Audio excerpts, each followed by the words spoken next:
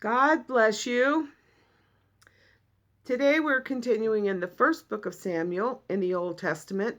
In the King James Version of the Holy Bible, we are in chapter 26.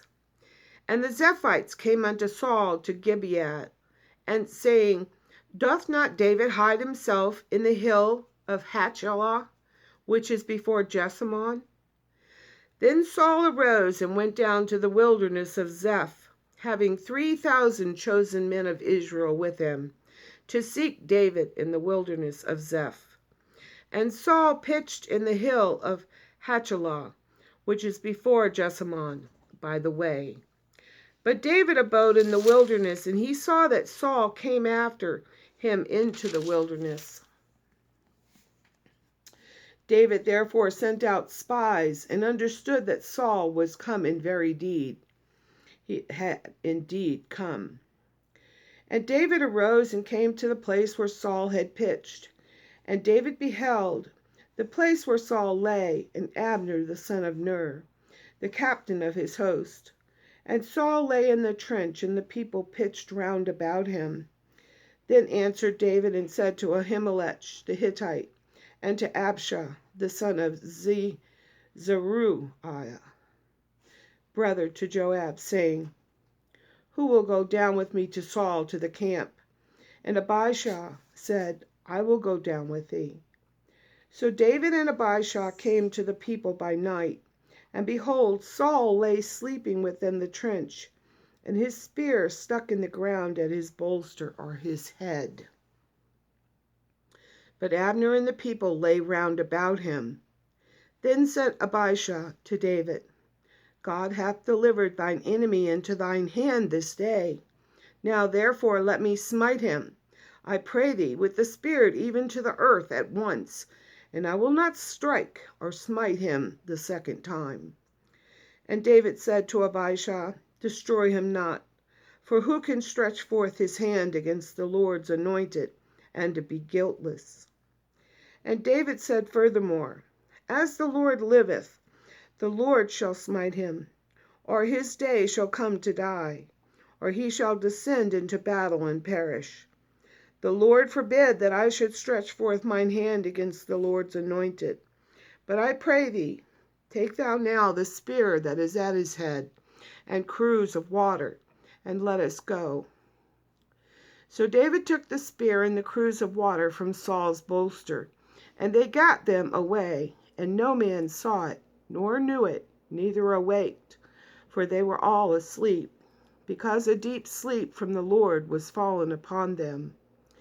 Then David went over to the other side, and stood on the top of an hill afar off, a great space being between them.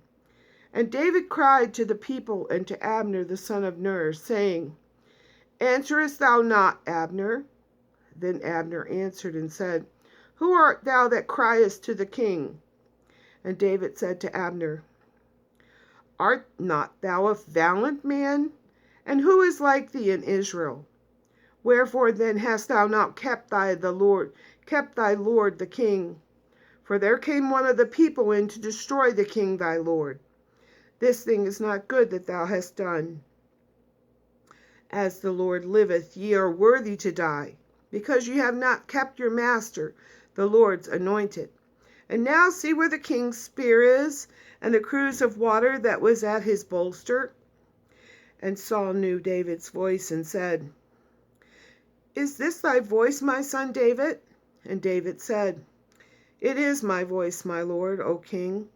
And he said, Wherefore doth my lord thus pursue after his servant?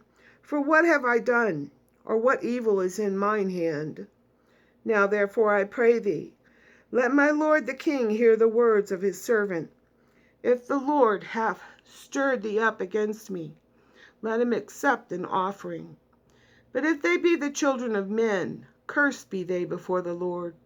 For they have driven me out this day from abiding in the inheritance of the Lord, saying, Go, serve other gods. Now, therefore, let not my blood fall to the earth before the face of the Lord. For the king of Israel is come out to seek a flea, as when one doth hunt a partridge in the mountains. Then said Saul, I have sinned. Return, my son David, for I will no more do thee harm, because my soul was precious in thine eyes this day. Behold, I have played the fool, and have erred exceedingly. And David answered and said, Behold the king's spear, and let one of the young men come over and fetch it. The Lord render to every man his righteousness and his faithfulness. For the Lord delivered thee into my hand today, but I would not stretch forth my hand against the Lord's anointed. And, behold, as thy life was much set by this day in mine eyes, so let my life be much set by in the eyes of the Lord, and let him deliver me out of all tribulation. Then Saul said to David, Blessed be thou, my son David. Thou shalt both do great things, and also shalt still prevail. So David went on his way, and Saul returned to his place. And as always, I love you.